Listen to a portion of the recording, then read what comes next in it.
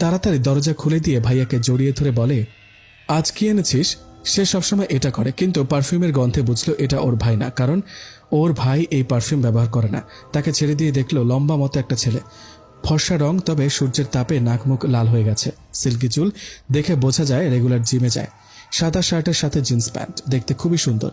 আরোহী বলল, সরি, আসলে আমি ভেবেছিলাম আমার ভাই। ছেলেটা বলল, ওকে। তখনই মা ভেতর থেকে বলল, কে আসলো রে আরোহী? আরোহী বলল, তুমি এসে দেখে যাও। আরোহীর মা আসতেই ছেলেটা সুন্দর করে তাকে সালাম দিল। সে সালামের উত্তর দিয়ে বলল, কি চাও বাবা? সে ছেলেটি বলল, আমার নাম আহনাফ, ঘর ভাড়ার অ্যাড দেখে এখানে আসলাম। আরোহীর মা বলল, একটা ঘর তোমাদের সমস্যা হবে না তো? ছেলেটা বলল, না, আমি একাই থাকবো। আরোহীর মা বলল, তোমার বাবা মা? আহনাফ বলল, তারা এই পৃথিবীতে নেই। আরোহীর মা বলল, ও, আমি আসলে বুঝতে পারিনি। ছেলেটা বলল, ঠিক আছে। আরোহীর মা বলল, তুমি যদি আমাদের সাথে থাকো তাহলে কি সমস্যা হবে? আমাদের সাথে খাবে আর থাকবে, নিজের পরিবারের মতো ভাববে। ছেলেটি বলল, ঠিক আছে। এভাবে তারা সব ঠিক করে নিল। আরোহীর খুব খারাপ লাগছে, অপরিচিত একজনকে এভাবে জড়িয়ে ধরল। ওর ভাইয়া আসলে খাবারের প্যাকেটটা ওর হাতে দিল আর বলল, কি হয়েছে আমার বোনটার? খুশি মনে হচ্ছে না তো? আরোহী বলল, কিছু না। হঠাৎই সে শুনতে পেল একটা আওয়াজ। ওই ছেলেটা মানে আহনাফ ও রুমের দিক থেকে আসছে। তারা সবাই যেতেই দেখলো ছেলেটা রান্না করতে যাচ্ছিল, কিন্তু সব পড়ে গেছে, কিছুই হচ্ছে না।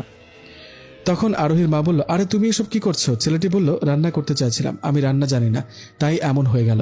আরোহীর মা তখন বলল, তোমাকে না বলেছি আমাদের সাথে খাবার খেতে? কি দরকার এগুলো করার? তখন ছেলেটি বলল, সরি আন্টি, আর হবে না। তখন সবাই চলে এলো আর কাজের লোকটাকে বলল এগুলো পরিষ্কার করে দিতে। রাতের বেলা আরোহী রুমে যাওয়ার সময় দেখে ছেলেটা কোথাও যাচ্ছে।